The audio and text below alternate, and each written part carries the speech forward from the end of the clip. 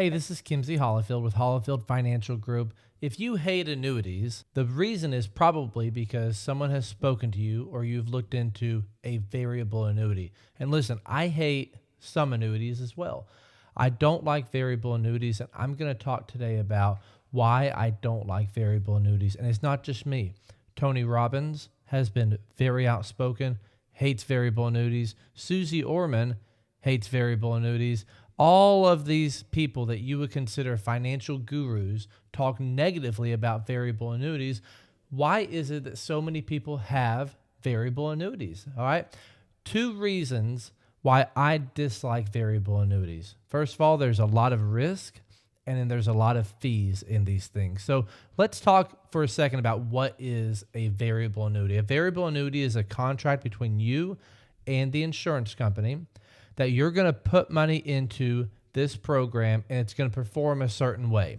Now, this can be an IRA. This could be your 401k rollover. This could just be, regular money you had in the bank, but you're going to give it to the insurance company, and they are going to invest it in a specific way. They're actually going to invest it in mutual funds. Now, this is actually part 2 of our Truth About Annuities series. So part 1, I'll link up here. If you are brand new and you didn't know what an annuity was before you turned this video on, maybe start there. But if you are somewhat familiar or you've already watched the first part, go ahead, let's continue on. Variable annuities, like I said, they are invested in a separate account in mutual funds. And mutual funds have risk, right? Mutual funds go up and they go down, and a mutual fund is basically a fund or a basket of different stocks and bonds that are invested in the market, and they are supposed to do something, right? So if you have a technology mutual fund, it's going to be invested in technology stocks. If you have a dividend mutual fund, it's going to be invested in dividend stocks. And you can really see, based on what the mutual fund says, what you're invested in. And that's what this insurance company does. When you give them money in a variable annuity, they're going to put it into the mutual fund, which means that you have the risk of the mutual fund and you have the fees associated with the mutual funds. The second reason, and really the biggest reason why I dislike variable annuities, is because they have tremendously high fees. I think that they have the highest fees of any investment that you can choose. Now you know why so many people have them, because there are such high fees on these accounts. There's actually 6 fees in a variable annuity. So let's go through them. Let's count them out. Number 1 is an admin fee.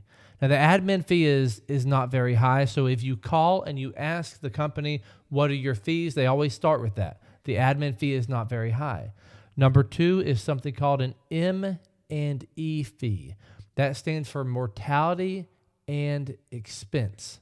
And that can range, from not very much to, fairly significant. So the first 2 fees are admin and mortality and expense. The third fee that I like to go over is the sub-account fee. The sub-account is the mutual funds that we just talked about. The manager of the mutual fund is going to get paid to manage your money. And not the insurance company, but the manager of the mutual fund that the insurance company invested you in. So normally that is maybe 1% plus or minus per year, right? So that goes to the mutual fund company, and it's listed as a sub-account fee.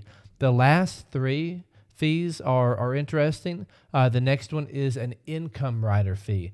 And the way I like to describe an income rider fee is, have you ever been to the ATM and you go up and you need some cash for something and you put your card in and then you hit your, you want $20 and you're waiting to hear the sound of your money, and instead it pops up, hey, there's a $3.50 fee to take the money out of your account. That is sort of like what an income rider fee does. It's a fee that says, hey, if you have $100,000 in your account and we invested in mutual funds and you lose half, now you have $50,000 left. If you want to take that out over time, then you can still spend the $100,000 over time. It becomes like a very, very expensive personal pension. The next fee is called a death benefit rider fee. And that is a fee that says if your account grows to, let's say, $200,000, and then the stock market drops and you lose down to $125,000 and you freak out and you die, your children, your beneficiaries, your family will still receive the $200,000. But the problem with that is a lot of times that fee by itself is maybe 1%, maybe higher.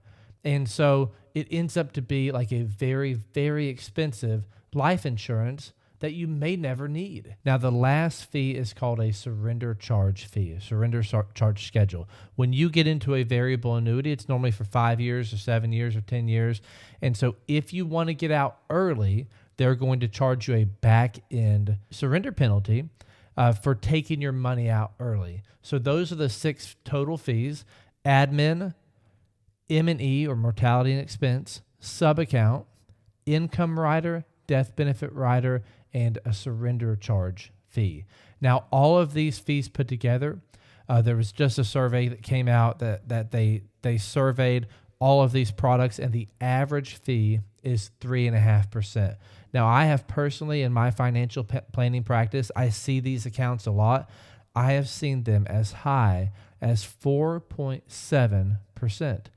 And let's forget the 4.7 for a minute, and let's just talk about the average of 3.5% and why it becomes so difficult to make money in a variable annuity. It becomes so difficult to make money in a variable annuity because if one year, if you have $100,000 and you make $3,500, that is all going to be deducted in fees. Well, the next year, if the market goes down and you lose $3,500, you're probably going to be down about $7,000 because your fees come out whether the market is up or down. So it becomes very, very difficult to make money in an account that has risk and has these tremendous fees on them. You have 2 things that now you're trying to overcome. Let me tell you a story real quick.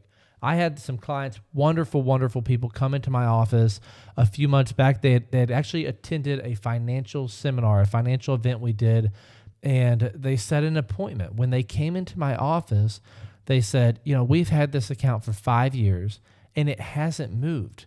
Yeah, it's gone up and down, but pretty much we have the same amount of money that we started with. And the husband had $25,000 or so, and the wife had $75,000. So let's say, they had right at $100,000, but that's what they started with for 5 years. When I looked at their statements, I knew right off the bat that they had a variable annuity. So I called the company, and what we do is, in my office, we put the company on speakerphone. And we just go through and ask very, very simple questions. What kind of fees are in this account? What about the M&E fee? What about the sub-account fee? Is there this charge? Is there that charge? What did they start out with?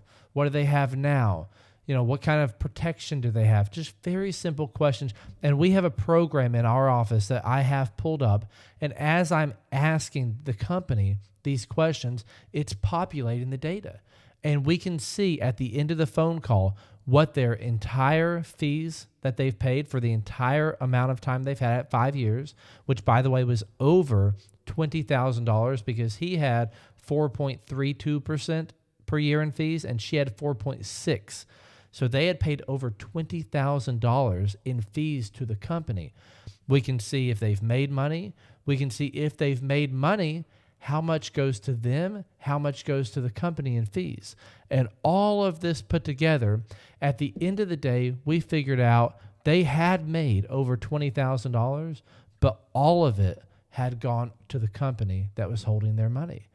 And what we were able to do, a lot of times when you have one of these variable annuities, you're stuck in it. You can't really get out. But now, the market is up, and a lot of times people are able to get out of these accounts now. So this couple here, I was able to help them get out of the account and into something else.